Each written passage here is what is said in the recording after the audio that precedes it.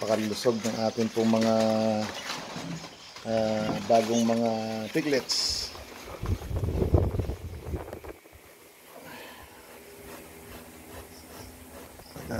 Mahigit alauna na ng gabi, mga ka-farmers, mga ka-hillside, nandito ako. Kasama ko yung isa sa mga assistant natin dito sa farm. Binabantayan natin ngayon itong si Black Mama dahil nagli-labor na siya dahil tubig. Finally po nanganak na rin si Black Mama. 117 days, overdue ng 3 araw. Pero at least lumabas na. Kuya Alan, Ate Laila. Sila ngayon ng kumodrona.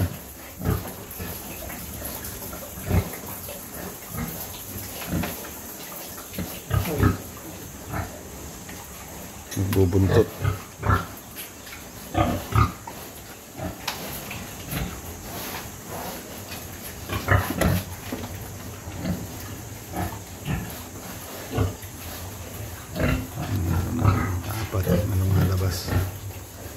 Second parity ni Black Mama. Medyo madugo, eh? Pero finally at least ay nanganak na rin. Praise the Lord. Siya ngayon yung unang gagamit itong ginawa namin na simpleng farrowing pen. Nalabas na na 4. Mga unang period itong si Black Mama ngayon, 117 days, hindi 114. 3 araw kami halos na naghihintay ng panganganak niya. Napuyat-puyatan tayo nitong mga nakaraang gabi. Praise God nga, nakikita natin yung saka malakas yung niya, yung paggatas ngayon, lumalabas na niya. Ang laki pala, sobrang laki nito isa. Haba, mataba.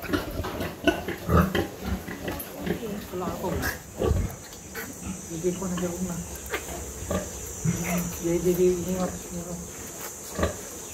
Lalaki.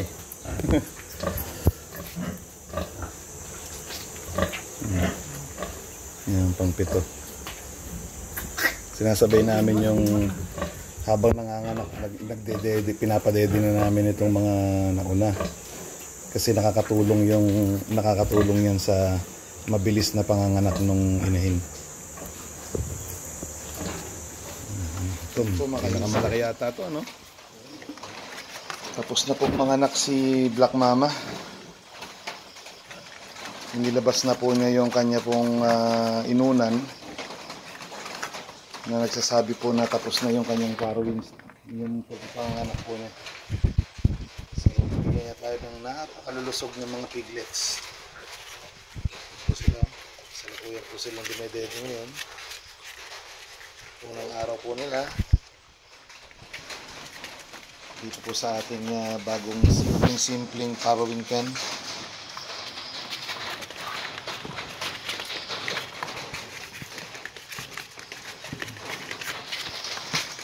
Bigyan po natin ng heat lamp para siguraduhin na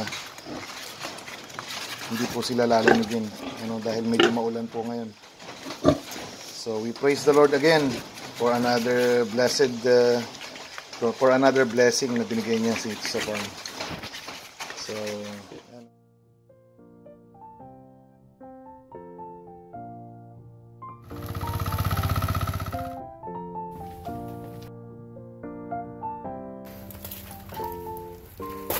andito tayo, kita nyo yung mga talagang gusto.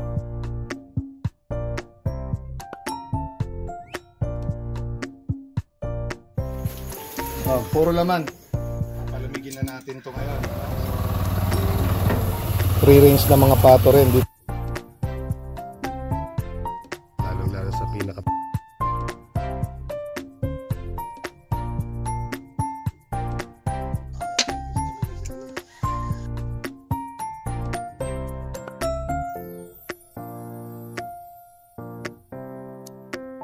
Yan, nahagis, yun.